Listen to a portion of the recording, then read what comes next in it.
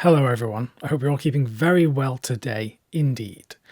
In this video I want to talk about some of my favourite boutique Blu-ray releases from last year, 2021.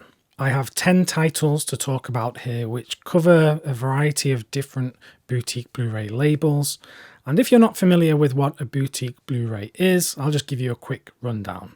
It's basically one of those Blu-ray releases from labels such as Criterion, Arrow Video, Eureka, Indicator, etc. These are the labels that tend to put out special editions, and they present the films in nice packaging with tons of special features and supplements, and they're just so much fun to collect. Not only are they fun, but they can also be very educational because of all that extra content on the discs.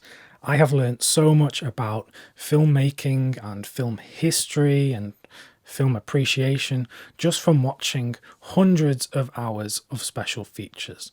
So it really is a good thing, and this video I want to celebrate the fact that we got so many good releases last year. So I have 10 releases to talk about here, but I'm only ranking them very loosely here, so take it with a pinch of salt, and I just want to put them on your radar because all 10 of these are great releases. So the first release that I want to give a shout out to is from my friends over at Imprint in Australia. They have been doing great work these past few years, and this particular release might be their best. It is Collaborations. This is the cinema of Zhang Yimou and Gong Li.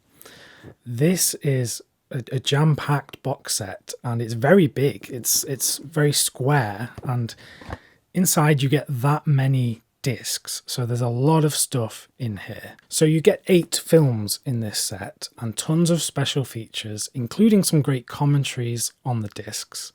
And this is very important because this is the first time these films are being released on English-friendly discs anywhere in the world. So many people, including myself, have been waiting for the chance to even see these films for the first time. So I was overjoyed when I saw that this was getting a release. The reason I'm mentioning this first and at the bottom of this list, so to speak, is that I haven't had a chance to actually get through all of the content in this because there's just so much there. I'm pretty sure by the end of it I'm going to really be loving this box set, and perhaps it could be my favourite release of last year. So I wanted to give this a mention just because it's a great example of what these boutique Blu-ray labels can do and how fun and educational these releases can be because of all the stuff packed in there. Another release that I greatly enjoyed was Southland Tales from Arrow Video. Now this film is very bizarre. Some people think it's absolutely terrible. Other people think it might actually be a masterpiece of some sort. And I'm kind of nudging towards that latter camp. I think that there's something very unique about this film, and I haven't really stopped thinking about it since I watched it on this disc. Now, I'm a fan of Richard Kelly's other films, Donnie Darko and The Box, which I think is greatly underrated. So yeah, I was a big fan of this particular release, and there's a bunch of extra content in this package.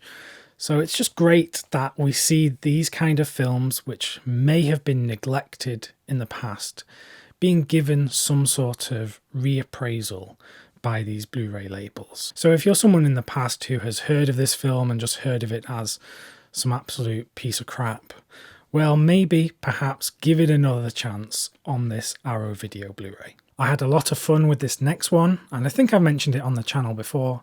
It's The Mask of the Red Death. This is the Vincent Price film, directed by Roger Corman, and this is the Studio Canal Vintage Classics Blu-ray from the UK. I had a lot of fun with this, I really did.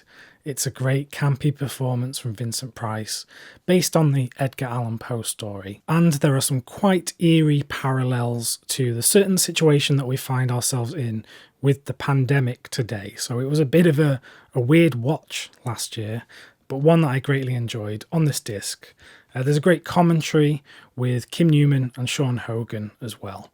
So a great looking disc, one that I really enjoyed. Next up, I'm hopping over to Indicator with 20th Century. This is the film from Howard Hawks, starring Carole Lombard, from the 1930s. The reason this is such a great release, first of all, the film looks amazing. For a 1930s film, there was actually so much clarity in the picture. You see a lot of films from that era where it's quite scratchy and there's still a lot of dirt in the print, but this looked so great on the 4K restoration. And as you would come to expect from Indicator, there's a ton of great special features on the disc, including a particularly special commentary from Farren Smith Neme, which I greatly enjoyed. So definitely one to check out if you're a fan of Howard Hawks, Carole Lombard, or just that period of kind of screwball comedy filmmaking. Moving over to our friends at Eureka now, I have a Masters of Cinema release. It's Johnny Guitar, the Nicholas Ray film starring Joan Crawford. This is a film that I have loved for many, many years, but I only owned a German Region B release before this, so when I saw that it was getting the full treatment from Eureka, I was very happy indeed. And it looked amazing on the disc, I had no issues, and again, I say this with all of these, but great special features. That is the reason why I buy many of these, is for that additional content, because it really does enrich the whole image of the film, and it gives me stuff to talk about to people and makes me sound like I'm some sort of film scholar, because I hold all of this stuff in my head. I can just regurgitate it. No, I'm kidding. Anyway, what the hell am I saying? It's a great film, a great release, particularly if you're a fan of westerns, but also it's one of those weird westerns where it's starting to revise the image of what the great American Western is. And of course it stands out because of this strong female character in the centre. Joan Crawford was probably one of the only leading female ladies in a Western at the time, along with perhaps Barbara Stanwyck in 40 Guns. So a great release. Definitely one that I would recommend. While I'm on Eureka and Westerns, I might as well talk about Il Gran Silenzio, or The Great Silence. This is the absolutely amazing spaghetti western from Sergio Corbucci. It's a very bleak western with quite a surprise ending, and it's just got so much substance, a lot to think about after the fact. It isn't just lots of shootouts and cowboys versus Indians.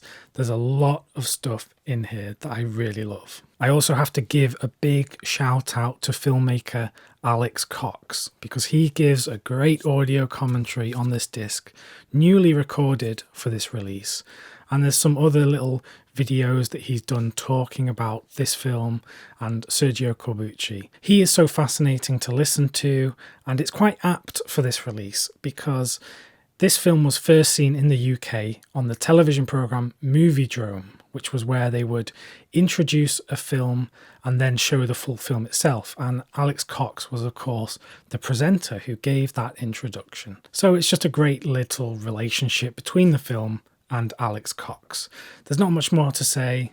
Definitely something that I would recommend checking out. So I've gone 6 titles without talking about the Criterion Collection. You probably think there's something horribly wrong with me. So anyway, let's talk about a Criterion release. The one I'm going to talk about, and I'm only going to talk about one in this video.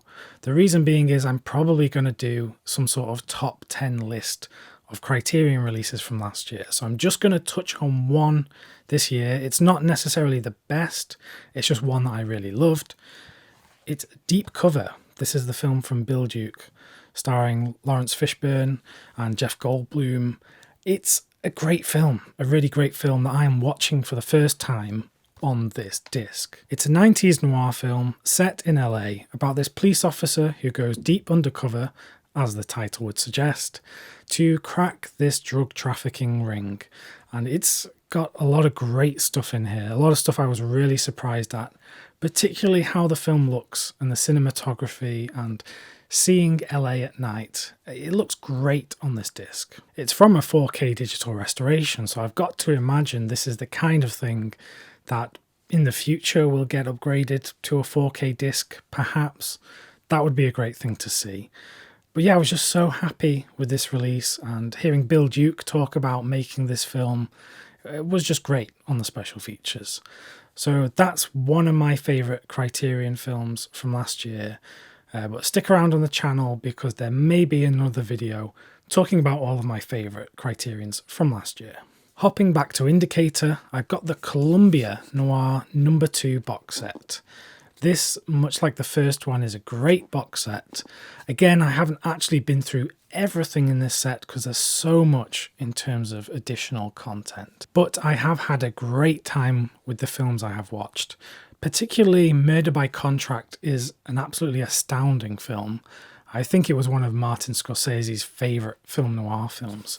So just to see that film, this package is worth it alone. But you get so much more other great noir goodies. So a great attention to detail from Indicator, a really nice box set with great artwork as well. When you take off the belly band thing, these really look great on the shelf. So if that's your kind of thing, definitely check this out. To close this video, I have 2 releases from BFI. Now, BFI have done a wonderful job in the past year or so with their releases. I've been overjoyed with the quality and attention to detail that they have put in to their wonderful Blu-rays. And this one is no different. This is Baby Mother. Now, this is a film that I had heard about before, but I'd never seen it.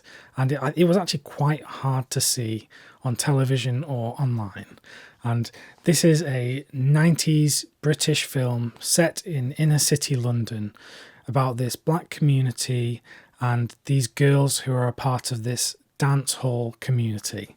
Now, I'm quite a big fan of dance hall music, funnily enough, so I definitely had to check this out when I could get my hands on it. And it's a great film. I really have a soft spot for this film, and I had a lot of fun watching it. And like, again, with many of these boutique Blu-rays, there is a lot of informational content in the special features. So I learned a lot about how the film was made and why it was made and stuff like that. So it's a real time capsule more than anything. And without BFI, I don't know if we'd see this from any other label. So it was a really great release indeed. So this last BFI disc I saved to last because I've actually seen many outlets call this the best boutique disc of last year. And it's quite hard to disagree. It's certainly one of my favourites. That's why it's on this list. It is Madchen in Uniform. Now, this is a film that came onto my radar because many people have talked about it as being the first lesbian romance in cinema. This is a 1930s film from Germany. And yes, it certainly does feature what I think is the first lesbian kiss in cinema. Now, that's not necessarily the selling point of this release because there's so much more going on in this film. Again, it's just one of those packages that has taught me so much about the time period, making films in the 1930s in Germany, which sounds very difficult indeed. And certainly just a few years later, this film would definitely not have been allowed due to the political situation in Germany. So it is a fascinating time capsule. Again, I'm going to use that term again. And I just found it riveting. A really great film, a great socio-political commentary in film. And just a wonderful release from BFI. I don't know how I would have heard about this film if it wasn't for this particular release. So that's, again, why I'm so thankful for these kinds of Blu-ray releases. So that about does it for this video. Those were 10 of my favourite boutique Blu-ray releases from last year. Did any of these happen to make your top 10 list of the year? Please do let me know, because I would love to see if I'm on the same page as you guys. I'm sure that I am. And if there's any that I missed that you think are particularly standout releases, then please do let me know. Obviously, there are certain labels that I haven't mentioned here, and that's just because I can't afford to buy everything. There are certain labels, particularly in the US, that I just can't afford to import. I'd love to be able to afford to buy all of the great Kino Lorber releases and Kino Lorber Studio Classics. They all look absolutely amazing. And then there's stuff like Vinegar Syndrome and Severin. I'd love to be able to get that stuff. It's just a bit too expensive on top of all of the spending that I already do. So that was the video. I hope you did enjoy it. I'll be back for more very soon, including that Criterion video, hopefully. So please do stick around and stay well. Keep watching great films.